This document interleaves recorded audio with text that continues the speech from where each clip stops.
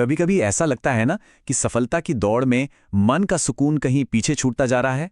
तो आज हम कुछ ऐसे शाश्वत सूत्रों को समझेंगे जो दिखाते हैं कि शांति और सफलता को एक साथ कैसे साधा जा सकता है। तो सबसे बड़ा सवाल यही उठता है, क्या कामयाबी और सुकून एक साथ मुमकिन है भी, या फिर हमें हमेशा एक को दूसरे के लिए कुर्बान करना ही पड़ेगा? ये एक ऐसी दुविधा है जिसका सामना हम सब कभी ना कभी जरूर करते हैं। यहाँ एक बहुत ही दिलचस्प नजरिया सामने आता है। ये सूत्र कहते हैं कि शांति और सफलता दो अलग अलग मंजिलें हैं ही नहीं, बल्कि ये तो एक ही सफर के पड़ाव हैं। इसका मतलब है, अगर हम सही रास्ते पर चलें तो एक हमें दूसरे तक अपने आप ले जाता है। और ये सफर कहीं बाहर से नहीं, बल्कि हमारे अंदर से शुरू होता है। पहली सीढ़ी है अपने ही मन को साधना। तो चलिए सबसे पहले मन की शांति के मार्ग को समझते हैं। इस रास्ते पर चलने के लिए हम 4 बहुत जरूरी पड़ावों को देखेंगे। कैसे हम अपनी सोच को सही दिशा दे सकते हैं, अपनी सबसे विनाशकारी भावना यानी गुस्से को काबू में कर सकते हैं, इस शोर भरी दुनिया में खामोशी कैसे खोजें और गुजरे हुए कल के बोझ से खुद को आज़ाद कैसे करें। तो सबसे पहले बात करते हैं क्रोध की। ये सूत्र बिल्कुल साफ है। गुस्सा एक ऐसी आग है जो सबसे पहले हमें ही जलाती है। इसका अंत हमेशा दुख और अशांति में ही होता है। ये कोई बाहरी दुश्मन नहीं, बल्कि हमारे अंदर की ही एक भावना है जिसे साधना बहुत जरूरी है। अब यहां देखिए फर्क कितना साफ है।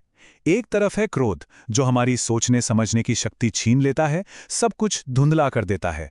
और दूसरी तरफ है शांति, जो मन में स्पष्टता लाती है और हमारे रिश्तों को मजबूत करती है। तो चुनाव हमारा है, हमें धुंधलापन चाहिए या स्पष्टता। क्रोध की आग के बाद अब आते हैं मौन के शांत जल पर। देखिए, मौन का मतलब सिर्फ चुप हो जाना नहीं है। ये बाहरी शोर को कम करके अपने अंदर की आवाज को सुनने का एक अभ्यास है, और यहीं से हमें असली स्पष्टता मिलनी शुरू होती है। जब मन शांत हो जाता है, तब हम बाहरी दुनिया की चुनौतियों का सामना कहीं बेहतर तरीके से कर सकते हैं। तो अब बात करते हैं कि हम दुनिया और लोगों के साथ अपने रिश्ते कैसे मजबूत बना सकते हैं। इस रास्ते का पहला नियम है हमेशा सच बोलना। झूठ बोलने में ना बहुत ऊर्जा लगती है और मन में हमेशा एक डर सा बना रहता है, लेकिन सच बोलना हमें इस सारे बोझ से आज़ाद कर देता है। ये हमारी आत्मा को हल्का और शांत रखता है। और यहाँ एक बहुत गहरी बात कही गई है, मदद मांगना कमजोरी नहीं है।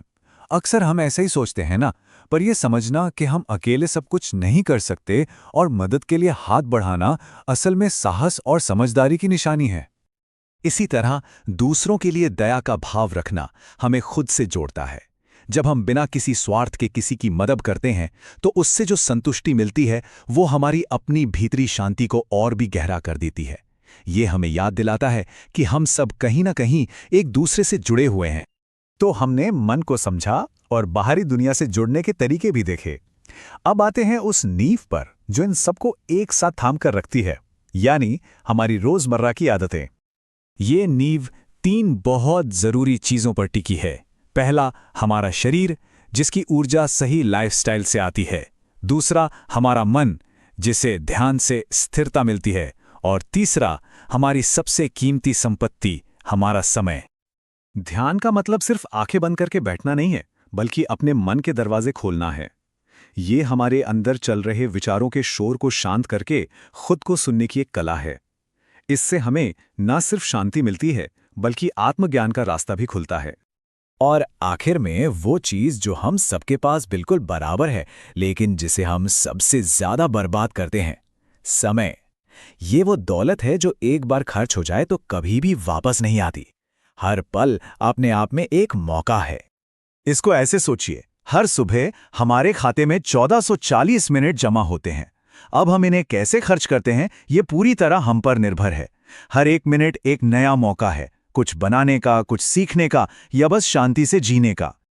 तो ये है वो पूरा रास्ता। ये अंदर से शुरू होता है, मन को साधने से, फिर ये बाहर की ओर फैलता है, दुनिया से सच्चाई और दया से जुड़ने से, और इन दोनों को सहारा देती है हमारी रोज की आदतें। ये तीनों मिलकर ही एक संतुलित और सफल जीवन बनाते हैं।